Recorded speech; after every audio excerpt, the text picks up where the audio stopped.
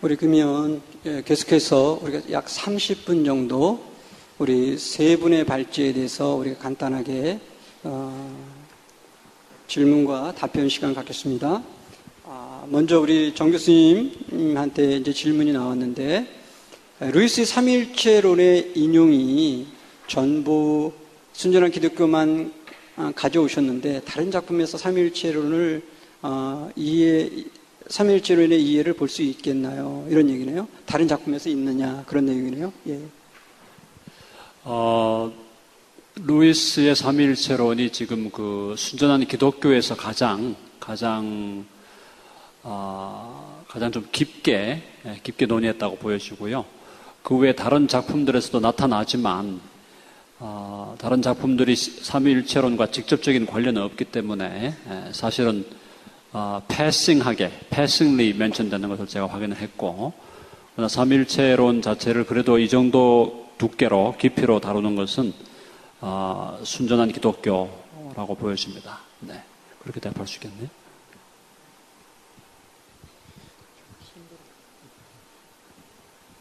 먼저 여기 있는 질문하고 하겠습니다. 그러세요? 예, 보충 질문?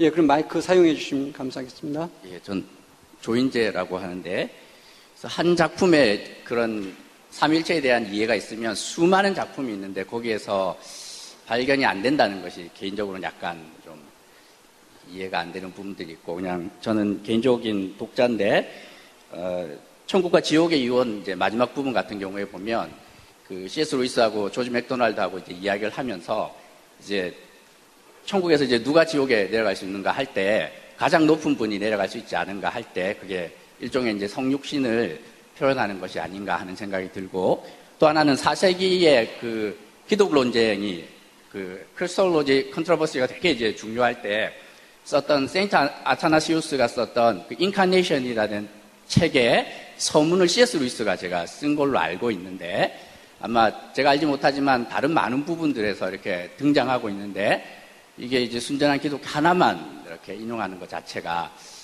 조금 제 입장에서는 조금 더 많이 발견이 되면 훨씬 더 호소력이 있는데 좀 아쉬움이 있다는 생각이 듭니다. 네, 그건 저도 동의하고요. 네, 그럼에도 불구하고 사실은 삼위일체론적인 그 사유라는 것이 C.S. 루이스의 그 사상적 근저에 깔려 있는 거기 때문에 그 깔려 있는 그것을 사실은 노골화시킨 부분이 사실은 순전한 기독교라고 보여지고, 다른 데서 사실은 그 안에 전제적으로는 다 깔려 있는 걸로 봐야 되겠죠. 네, 그렇게 볼 수 있겠죠.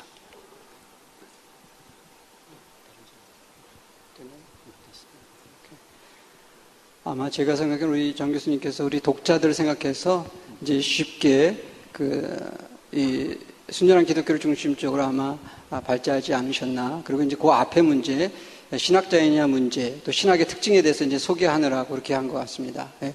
정 교수님 사실 삼위일체 전문가이시거든요, 사실. 예. 그리고 지난번 바로 우리 에드워드 컨퍼런스에서는 정 교수님이 삼위일체론을 발제하셨어요. 그러니까 아니죠. 예. 삼위일체론과 관련한 언약의 문제를 우리가 얘기했잖아요, 그렇죠? 예. 자, 그러면 계속해서 그럼 이번에는 이인성 교수님 요거부터 한번 얘기하셨죠. 이건 나중에 하시고요. 네. 이인성 교수님에 대한 질문인데, 인간 지성의 추상성의 극복 방법, 사과 먹는 경험, 사과 설명의 추상성. 사과를 직접 주어서 먹게 하는 구체적 실제 또는 직접적인 하나님의 경험은 어떻게 가능한가요? 글쎄요, 질문이 굉장히 쉽지 않네요. 그죠? 거기 사과가 애플이겠죠? 한번 다시 읽어볼게요. 여기 인간 지성의 추상성의 극복 방법. 1. 사과 먹는 경험. 2. 사과 설명의 추상성. 하고, 사과를 직접 주워서 먹게 하는 구체적 실제 또는 직접적인 하나님의 경험은 어떻게 가능한가요? 네.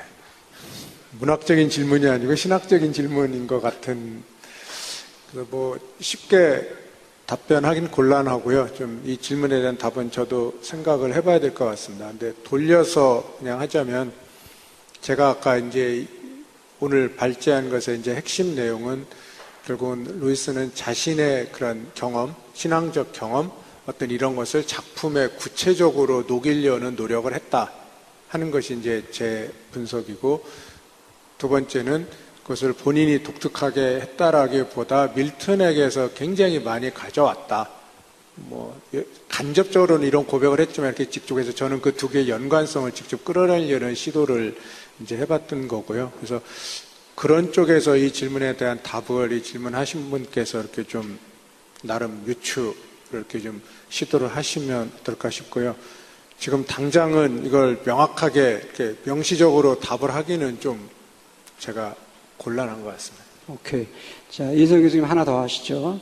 톰 루스와의 만남은 낙원적인 이미지라기보다는 유혹이 그 실체가 아닌가요? 25페이지 발제문 같습니다.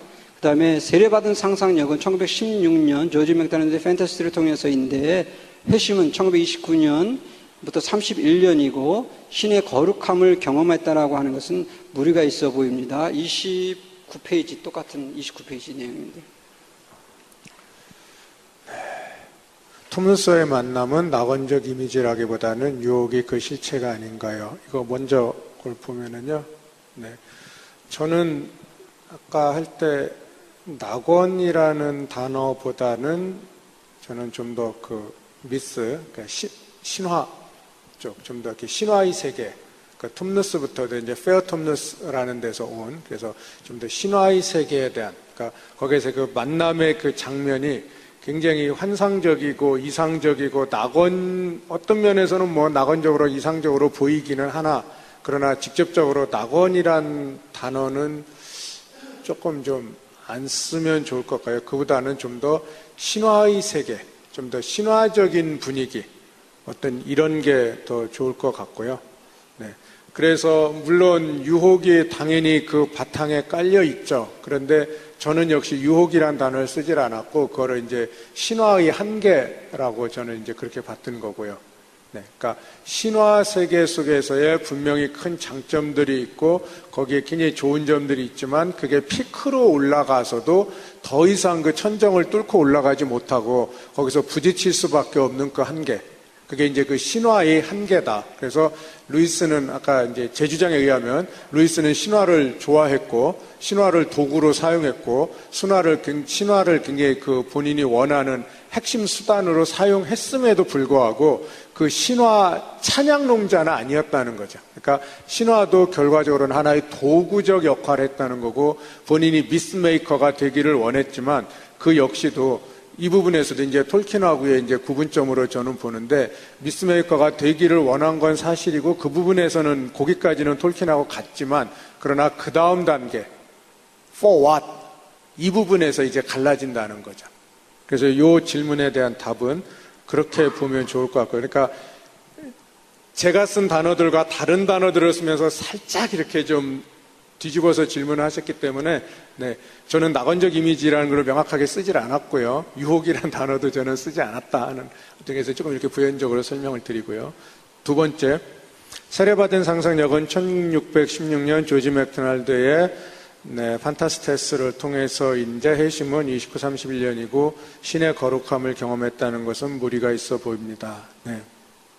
네, 뭐 이런 부분은 뭐 무리가 있어 보인다는 말씀에 그렇게 뭐 볼 수도 있고요. 그런데 늘 이제 이런 거 할 때 그 정확히 이렇게 연대기적으로 사실 작년에 제가 발표할 때는 이제 전기적 접근, 역사적 접근 이런 얘기도 앞에 조금 했습니다만 오늘 이제 그런 언급을 안 했는데 당연히 이제 개인의 어떤 전기적인 개인의 삶, 이제 구체적으로 뭐 언제 뭐 회심을 했고 뭐 언제 어떻게 했고 뭐 어떤 뭐 이런 식의 구체적으로 개인의 어떤 그런 것도 의미가 있습니다. 저는 개인적으로 전기적 접근도 굉장히 중시하는 사람 중에 하나긴 한데 그러나 동시에 그것의 한계를 가지고 있는 것은 저희는 지금 그 삶을 이야기하는 것이 아니고 작품을 가지고 이야기하는 것이고 삶을 작품에 연결은 시키기는 하되 그건 하나의 레퍼런스일 뿐이고요. 그러니까 메인 텍스트는 작품이라는 거죠.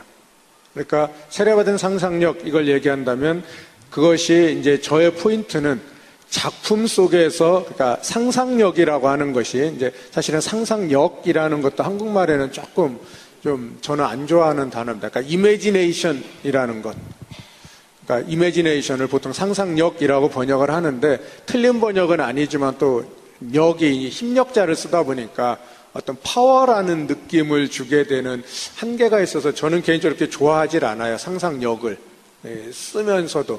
그러니까 영어의 imagination하고 상상력하고는 이게 또 일치점도 있지만 다른 점도 있기 때문에 그래서 어쨌든 영어로 볼 때 그는 imagination, 어떤 상상이라는 것, 그런 의미에서의 상상력, 어떤 이러한 것이 작품 속에서 어떻게 반영이 되고 있는가, 그 소스가 어딘가가 이제 아까 밀턴에서 끄집어낸 거였고요. 작품에서 그렇게 반영이 되고 있다면, 그러니까 신화를 그렇게 사용하고 있다면 왜 그렇게 사용하고 있는가? 그 목적이 무엇인가? 어떤 이런 면에서 이제 세례받은 상상력이라는 이제 용어를 이제 끄집어냈던 것이고, 이렇게 1916년, 1929년 이렇게 연대기적으로만 이렇게 놓고 본다면 그런 부분에서의 어떤 이론의 여지는 있다고 봅니다. 그러나 다시 말씀드리면 이거를 전기적으로 그 두 개를 맞추려는 시도보다는 작품 속에서 이게 어떻게 구현되고 있는가 하는 것이 이제 더 포인트이기 때문에 저는 얼마든지 작품을 작품을 접근하는, 작품을 분석하는 하나의 툴로서 얼마든지 사용이 가능하다 하는 말씀은 이 질문을 받은 지금 입장에서도 이거는 전혀 문제가 없다라고 말씀을 드리고 싶습니다. 그러니까 루이스는 늘 그 두 개를 이제 아까 이미네이션 얘기했는데 이미지너리하고 이미지네이티브를 이제 서로 이제 구분했잖아요. 근데 루이스가 얘기했던 골자는 우리가 픽션이라고 할 때는 이미지너리고, 그렇죠? 그다음 non-fiction 실제적인 상황은 이미지네이티브거든요. 그래서 이제 라이스 오른쪽 그걸 늘 강조했던 거죠. 그래서 기독교적인 그런 것이라고 하는 것은 어떤 면에서는 상상력이지만 사실에 기초한 그런 것들을 얘기하는 것을 이제 얘기하고 있는 것이죠. 그래서 우리가 이제 오해해서는 안 되는 것이죠. 그렇죠? 네. 계속해서 정 교수님 두 개의 질문 나왔는데, 하나는 이제 그 신학의 대중화의 문제입니다. 그래서 그 인용문에서 모든 그리스도인이 신학자라고 하는 명제가 칼바르트의 경우에서는 계시 이해에 근거한 것이 아닌지, 그렇다면 칼바르트가 주장한 모든 그리스도인이 신학자라고 하는 명제가 다른 맥락에서 평가되어야 하는 것이 아닌가요? 라고 하는 것이 이제 질문이고요. 네, 먼저 그거 하시죠. 네, 질문자가 지금 계시 이해에 근거했다라는 말을 어떤 의미로 저한테 하신 건지 지금 정확하게 파악은 안 되지만, 제가 봤을 때 지금 바르트가 이야기했던 모든 그리스도인이 신학자라는 그 맥락과 지금 C.S. 루이스가 말하는 모든 그리스도는 신학자에 하는 맥락은 저는 같다고 보고 있습니다. 네, 같다고 봐야 되고요. 그리고 바르트의 그 교회 교의학을 우리가 찬찬히 읽어보면 그 안에서 이미 모든 그리스도인이 제사장이라고 하는 만인 제사장의 그 종교개혁적인 그 사상을 그대로 받아들이면서 그것을 신학에 적용시키는 차원으로 넘어가고 있거든요. 네, 바로 그런 의미에서 루이스와 바르트가 각자의 삶의 컨텍스트와 또 역사적인 컨텍스트와 문화적인 컨텍스트가 분명히 달랐지만 그 두 사람이 지금 이야기하려고 했던 부분은 결과적으로 모든 그리스도인은 하나님을 알아가고 하나님을 배워가고 하나님과 함께 소통해야 되는, 하나님을 정말 깊이 있게 하나님과 교제해야 되는 그런 존재로서 모든 그리스도인의 소명이 거기에 있다고 본 것은 두 사람이 양자의 차이점에도 불구하고 사상적인 신학적인 공통점이었다. 분명하게 저는 그렇게 인식하고 있습니다. 네. 사실 이미 또 이제 바르트 얘기는 아니더라도 그 소위 말해서 우리가 얘기하려고 했던 것 중에 하나가 그 만인 신학자 그 주의 그런 개념이잖아요. 그러니까 우리 모든 성도는 그러니까 신학자다, 학자다라고 개념이 사실 그게 루이스에게도 여기서 잘 드러났지만 사실 우리가 이제 잘 알려진 최근에 이제 그런 운동도 있고요, 사실. 이것이 사실 최근의 운동만이 아니라 이미 오래전 그런 어떤 운동이기도 합니다. 예를 들면 에드워즈 같은 조나단 에드워즈도 그의 한 그 설교론에서 이미 모든 성도는 이미 신학자적인 그런 것을 이미 얘기를 하고 있습니다. 네, 그래서 이제 그런 면에서 이것이 단순하게 바르트만 아니라 다양하게 우리가 생각할 수 있는 그런 거라고 얘기할 수 있는. 그래서 이제 포인트는 뭐냐면 우리가 지금 이제 하고 있는 것 중에 하나가 뭐냐면 모든 성도, 모든 목회자는 하나님 앞에서 잘 부름받은 학자적인 그러한 위치가 있다. 스칼라라는 개념입니다. 여기서는 어떤 학위 이런 개념보다도 스칼라의 개념이에요. 그래서 하나님 앞에 붙들린. 정 교수님 계속해서 말씀하시죠. 사실 그 아까 제가 신학을 정의할 때 신학을 조금 더 폭넓은 의미에서 조금 더 오르게닉한 의미에서 유기적인 의미에서 신학을 이해해야 된다는 걸 제가 강조했고요. 그런 의미에서 직업적인 신학 혹은 전문적인 신학을 의미하는 게 아니고 그리스도인 모두가 신학자라는 말은 유기적인 존재로서 또 유기적인 의미의 넓은 의미에 조금 더 성경에 기초한 의미에서 하나님을 아는 지식을 추구해야 되는 그런 소명을 받은 자로서 신학자다. 그렇게 이해하셔야 분명하게 그 신학이라는 단어가 정확하게 정리된다고 말할 수 있겠어요. 예, 우리 정 교수님 하나 더 우리 삼위일체에 대한 페리크레이시스에 대한 설명인데 그 바르트에도 이 용어를 삼위일체로 설명하였습니다. 차이가 있다면 무엇일까요? 루이스와 바르트의 삼위일체론적인 그런. 네, 사실은 이제 그 만인 신학자론이라는 측면에서 봤을 때 바르트와 루이스가 같은 공통분모를 가지고 있는 것은 분명하고요. 그런데 지금 삼위일체론으로 들어갈 때 이제 페리크레시스라는 단어를 사실은 바르트가 먼저 썼죠. 먼저 썼고 바르트가 페리크레시스라는 그 개념을 가지고 와서 관계론적인 삼위일체론을 사실은 전개를 했어요. 그런데 문제는 뭐냐 하면 이것이 이제 여러 가지 오해의 소지가 있고 또 사실은 해석상의 디베이트가 있을 수 있는데 바르트가 삼위일체에서 위격이라는 개념, 위격이라는 개념을 보통 우리가 페르소나라는 우리 라틴어로 우리가 되어 있는 그 단어를 번역을 할 때 이걸 바르트 같은 경우는 자인스바이제라고 결국은 존재 방식으로 번역을 했거든요. 그러니까 그걸 하나의 person, 그러니까 이 person이라는 개념 자체가 계몽주의 사상이 가지고 있었던 어떤 독립자로서의 혹은 개별자로서의 개인이 아닌 어떤 관계론에서 새 위격이 함께 관계된 상태에서의 위격이기 때문에 그 위격을 존재 양식으로 mode of being 이렇게 번역을 하고 그렇게 이제 전개한 것 때문에 사실은 어떻게 보면 관계론적인 삼위일체론을 바르트가 주장을 한다고 했지만 그 person의 개념을 그렇게 만들어버림으로 조금 더 추상성이 드러나 버린 게 아닌가, 인격성이 오히려 더 약화된 게 아닌가라는 비판을 받은 것이 사실이고요.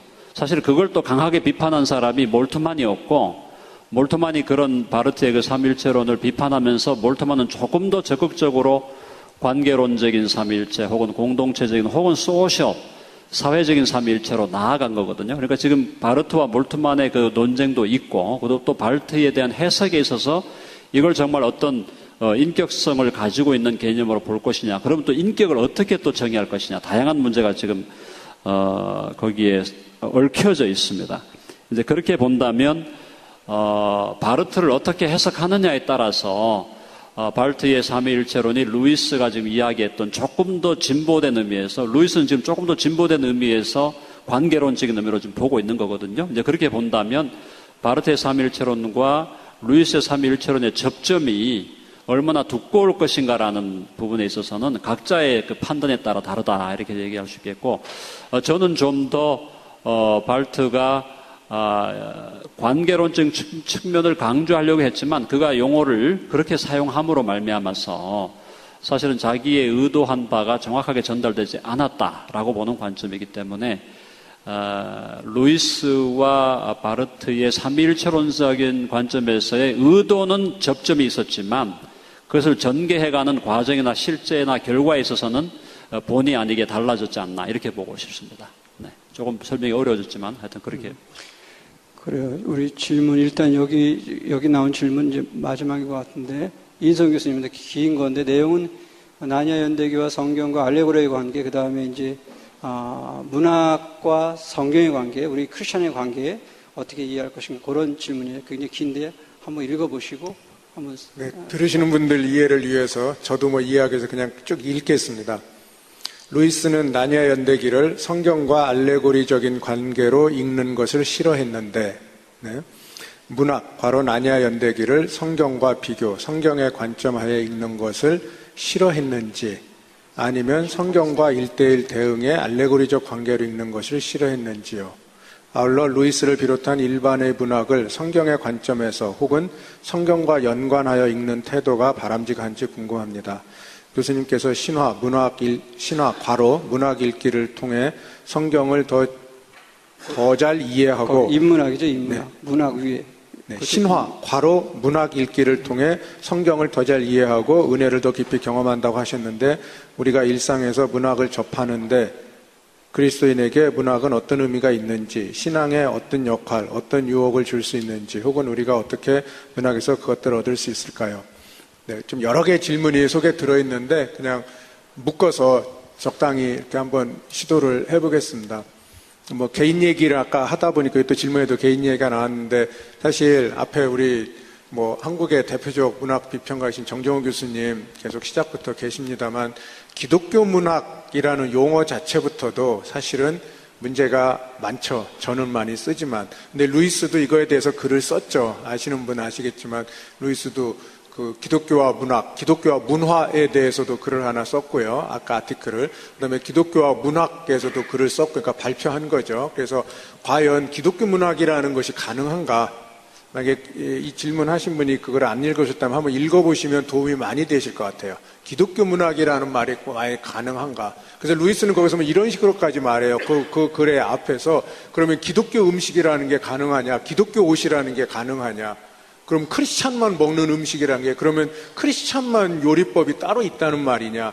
이게 가능한 얘기냐? 이런 얘기를 그 글의 서론에서 이렇게 글을 풀어가고 있습니다. 답은 당연히 노죠. 크리스찬만의 요리법이 따로 있을 리가 없죠. 그 요리가 맛이 있느냐 없느냐. 다시 말하면 문학도 일반적 관점에서 그 문학이 좋은 작품이냐 아니냐가 중요한 것이지, 기독교적이냐 아니냐, 뭐가 기독교적이냐, 주제가 기독교이면 내지면 뭐 주인공이 기독교인이면 기독교 문학이라고 할 수 있는가, 뭐 기독교적 상징이 있으면 뭐 기독교 문학이라고 할 수 있는가, 이런 면에서 사실은 기독교 문학이라는 용어가 갖고 있는 한계가 굉장히 많습니다. 그럼에도 불구하고 기독교 문학이라는 용어에 대해서 본인이 강의를 하고 글로 발표까지 이제 했죠. 그래서 저는 이제 개인적으로 나는 기독교 문학을 전공하는 사람이다. 제 관점은 그겁니다. 저는 문학을 볼 때 기독교적 관점, 사실은 크리스찬이라는 용어도 사실 여기 전문 신학자도 계십니다만 문제가 좀 넓은 의미지 않습니까? 크리스찬. 그래서 저는 개인적으로는 비블리컬이라는 단어를 사실은 더 좋아하고요. 그래서 신학은 아니나 나름대로 성경적 관점, 그러니까 성경에서 뭐라고 말하고 있는가. 그래서 성경에서 어떠한 것을, 그게 뭐 사람이든 사물이든 어떤 사건이든 무엇을 성경은 어떤 관점으로 바라보고 있는가를 나름대로 분석하고, 이 과정에서 이제 앞선 선배 뭐 신학자들의, 교부 철학자들의 그런 거를 이제 도움을 받고, 그리고 나서 그걸 작품에 적용해서 해석하고, 이것을 저는 기독교적 접근이라고 합니다. 그러니까 크리스천 심볼, 제가 쓰는 용어로. 이렇게 할 때의 크리스천이라는 용어는 저는 이제 이런 관점에서 글들을 쓰고 있고, 이제 그렇게 이제 분석을 하고 있고요. 그래서 이 기독교인에게 문학은 어떤 의미가 있는지, 신앙에 어떤 역할을 하는지, 어떤 유익을 줄 수 있는지, 우리가 문학에서 무엇을 얻을 수 있는지, 이러한 부분들은 대략적으로 지금 요 정도, 사실은 긴 질문이기 때문에 요 정도로 마무리를 하고 싶고, 이따 또 브레이크 타임에 저녁 시간에 조금 더 사적으로 또 뭐 대화할 수 있으면 좋겠습니다. 근데 저는 개인적으로 기독교 문학이라는 용어를 쓰고 있고, 루이스도 그 용어를, 기독교 문학이라는 용어를 쓰고는 있습니다. 네, 뭐 많이 쓴 건 아니나 그런 글이 하나가 있죠. 네. 그리고 앞부분에서 사실은 뭐 아시는 것처럼 루이스는 알레고리를 좋아했죠. 그래서 사랑의 알레고리라는 아주 획기적인 그라운드 브레이킹한, 그러니까 그거는 이제 문학 비평서라고 할 수 있는 책인데요. 소설이 아니고 그러한 책도 이제 썼고, 루이스의 거의 아마 최초의 학문적 업적이다라고도 평가들을 받는 그러한 책도 썼고, 알레고리를 굉장히 좋아했고, 뭐 필그림스 리그레스 같은 그러한 또 소설에서도 알레고리를 썼고, 저희가 아는 것처럼 알레고리를 좋아했고 알레고리스트인데, 그럼에도 불구하고 자기를 그런 관점으로 보지 말아달라라는 말을 본인이 또 했고, 제가 봐도 나니아 연대기를 봐도 뭐 단적으로 나니아 연대고리가 알레고리냐? 아니죠. 뭐 알레고리가 뭐냐 이런 얘기는 여기서 일단 생략하겠습니다만 우리 문학 비평 용어에서 말하는 알레고리라는 용어, 그 용어를 그대로 적용했을 때 나니아 연대기가 알레고리냐? 100% 노죠. 아닙니다. 그런 면에서 필그림스 리그레스는 이제 앞에 썼죠. 그 시기적으로 볼 때. 그리고 나니아 연대기를 이제 뒤에 썼죠. 그렇게 놓고 보면은 알레고리에서 시작은 했으나 작년에 제가 짧게 한 말입니다만 알레고리에서 시작해서 신화로 마친 사람이 이제 루이스다. 그래서 이제 신화에서 이제 결론을 맺고자 했다. 이렇게 이제 보고요. 그래서 그런 면에서 싫어했다라기보다 좋아하지 않았다. 이렇게 조금 표현을 조금, 그러니까 선호하지 않았다. 뭐 싫어했다고 해도 뭐 괜찮을 것 같긴 한데요. 이 표현이 좀 강하다면 좀 선호하지 않았다. 이 정도로 이렇게 한다면 뭐 100% 뭐 맞는 말이 될 것 같고요. 네. 그리고 문학을 나니아 연대기를 성경과 비교하여 읽는 것을 싫어했는지. 그렇죠. 그러니까 성경의 관점에서 보는 거를 원치 않았죠. 이거는 제가 아까도 짧게 언급을 했는데 나니아는 나니아라는 거죠. 성경은 성경이고 나니아는 나니아. 나니아의 세계는 또 하나의 세계니까 나니아의 세계에 들어와라. 성경의 관점에서 나니아를 보지 말고 나니아의 세계에 너가 들어와서 나니아 세계에서 내가 봐라. 이거는 작품 안에서도 명확하게 그 띠고리를 통해서나 이건 실체다. 이 안에서는 사실이다. 너가 들어와 보지 않으니까 의심하는 거다. 이런 얘기는 작품 안에서도 계속 사실은 반복이 되고 있고요. 그래서 이렇게 그 성경의 관점에서 보지 말고 나니아는 나니아 세계 안에 들어와서 나니아를 봐라 하는 이거는 명확하게 작품에서도 계속 이야기를 하고 있고요. 또 성경과 1:1 대응의 알레고리적 관계로 읽는 것. 그렇죠. 그러니까 뭐 가장 흔한 말로 뭐 아슬란이 뭐 예수의 상징이다, 하나님의 상징이다 보통 많이 이야기를 하고 있고 뭐 틀린 말은 아니죠, 사실. 그래서 뭐 아슬란이 죽은 것도 뭐 예수님의 대속, 굳이 말하면 뭐 예수님은 만인을 위해 죽었는데 아슬란은 그냥 에드먼드라는 한 사람만을 위해서 죽은 거기 때문에 예수하고 다르다. 뭐 근데 이제 제 관점은 그렇게 복잡하게 나가면 이거는 그야말로 1:1 대응의 비교고 지금 나니아는 나니아만의 또 하나의 텍스트라는 거죠. 성경은 성경만의 하나의 텍스트고. 그래서 이 두 개를 비교하는 것은 나름 의미는 있고 할 수는 있으나 그 나름대로 가치는 있다고 봅니다. 그리고 그런 류의 책들도 많이 나와 있죠. 여러 권의 그런 류의 책들도 나와 있는데 성경적 관점에서 나니아를 보고 상징을 분석하는 것은 저는 크리스천으로서 의미 있다고 생각합니다. 저도 그런 책을 사서 읽고 공부하고 하는데 그러나 확실한 것은 그거는 one approach일 뿐이지 그게 다가 아니다 하는 거는 명확하게 구분해야 될 거예요. 그래서 그렇게 볼 수도 있다. 그렇지만 그건 하나의 관점이다. 그러나 확실한 것은 성경이라는 것도 하나의 텍스트죠. 분명한 사실이. 성경이라는 것도 하나의 텍스트로 본다면 나니아 연대기도 하나의 텍스트이기 때문에 두 텍스트를 비교할 수는 있죠.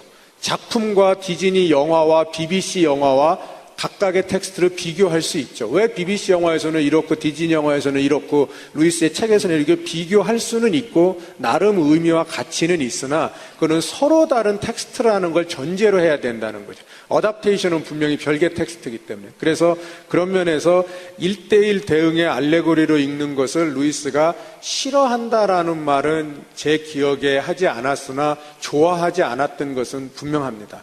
루이스가 이렇게 읽는 것을 좋아하지 않았고 그렇게 읽지 말라라는 이러한 것은 다른 류의 글들에서는 제가 읽은 글들에서는 그런 말은 있습니다. 오케이, 거기까지 하겠습니다.